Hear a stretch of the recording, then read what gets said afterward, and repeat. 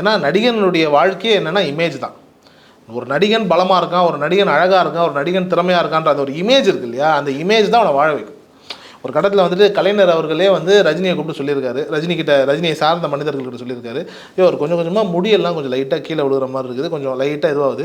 எம்ஜிஆருக்கும் இதே மாதிரி தான் ஒரு டைமில் ஆச்சு. உடனே அவர் என்ன பண்ணார், தொப்பியை போட்டு மேட்ச் பண்ணிக்கிட்டார், ஒரு கூலிங் கிளாஸை போட்டுட்டு ஒரு பர்சனாலிட்டி இமேஜை மெயின்டைன் பண்ணார்.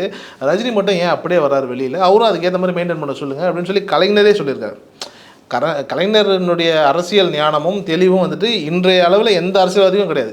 ஆனால் அவரே ஒரு இன்செக்யூரிட்டி ரீதியாக ரஜினி அவர்களுக்கு அறிவுரை சொல்லியிருக்காரு, அப்பேற்பட்ட மனிதரே. ஆனால் ரஜினி அவர்கள் அதை பெருசாக எடுத்துக்கல, ரொம்ப கேஷுவலாகவே இருந்துட்டு அவர் இன்றளவும் வெளியில் வந்துட்டு ஓப்பனாக விற்கலாம் எல்லாமே மாதம் வராருன்றீங்களா. அப்போ யோசிச்சு பாருங்கள், இன்றைக்கி வந்துட்டு விஷால் இருக்கார், அவர் ஒரு பெரிய ஸ்டார் தான். அவர் வந்துட்டு தன்னுடைய இயலாமையை காட்டிட்டு வெளியில் வந்து உட்கார்றாரு இல்லையா, அதுவே பெரிய தன்னம்பிக்கை. அதுதான் அவரை மீட்டு வரத்துக்கு இன்னும் வந்துட்டு ஈஸியாக வந்து நிறைய விஷயங்களை பண்ணோம். ஸோ அப்படி இருக்கும்போது ரொம்ப வெளிப்படையான ஒரு மனிதர் விஷால்.